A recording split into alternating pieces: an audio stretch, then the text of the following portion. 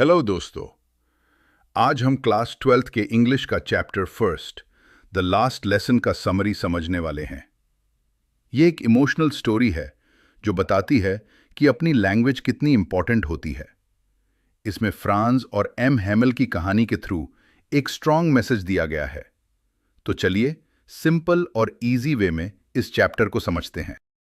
ये कहानी अल्फोंस ड्यूडे द्वारा लिखी गई है। कहानी फ्रांस और प्रूसिया के युद्ध के समय की है, जब फ्रांस के एक क्षेत्र अल्सास लोरेन पर प्रूसिया का कब्जा हो गया था। कहानी का मुख्य पात्र फ्रांस नाम का एक छोटा लड़का है। एक दिन वो स्कूल के लिए देर से निकलता है और उसे डर लगता है कि उसके टीचर एम हैमेल उसे डांटेंगे। रास्ते में वो देखता है कि विलेज बुलेटिन बोर्ड पर बहुत सारे लोग खड़े हैं। वो बोर्ड पर सरकारी नोटिस पढ़ रहे होते हों कि वहीं से युद्ध और आदेशों की खबर मिलती थी। जब फ्रांस स्कूल पहुंचता है तो उसे बहुत अजीब लगता है। क्लास में पूरी शांति होती है, कोई शोर नहीं कर रहा होता। सब बच्चे अपनी सीट पर बैठे होते हैं।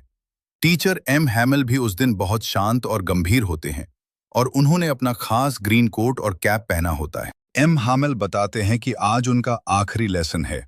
अब से ऑल्सेस और लॉरेन के स्कूलों में फ्रेंच भाषा नहीं पढ़ाई जाएगी, बल्कि सिर्फ जर्मन पढ़ाई जाएगी। ये सुनकर फ्रांस को बहुत दुख होता है। उसे पछतावा होता है कि उसने कभी फ्रेंच को सीरियसली नहीं पढ़ा। उस दिन क्लास में कुछ ओल्ड विलेजर्स भी बैठे होते हैं। वे भी फ्रेंच का आखिरी लेसन सुनने आए होते हैं, क्योंकि वे अपनी भाषा के खत्म होने से दुखी होते हैं। एम हैमेल बहुत भावुक होकर कहते हैं, फ्रेंच दुनिया की सबसे सुंदर भाषा है। हमें अपनी भाषा को कभी नहीं भूलना चाहिए। वे बच्चों को समझाते हैं कि भाषा हमारी आइडेंटिटी, पहचान होती है। अंत में एम हैमेल बहुत भावुक हो जाते हैं। वे बोल नहीं पाते और ब्लैक बोर्ड पर लिखते हैं, वीव ला फ्रांस, लॉन्ग लाइव फ्रांस।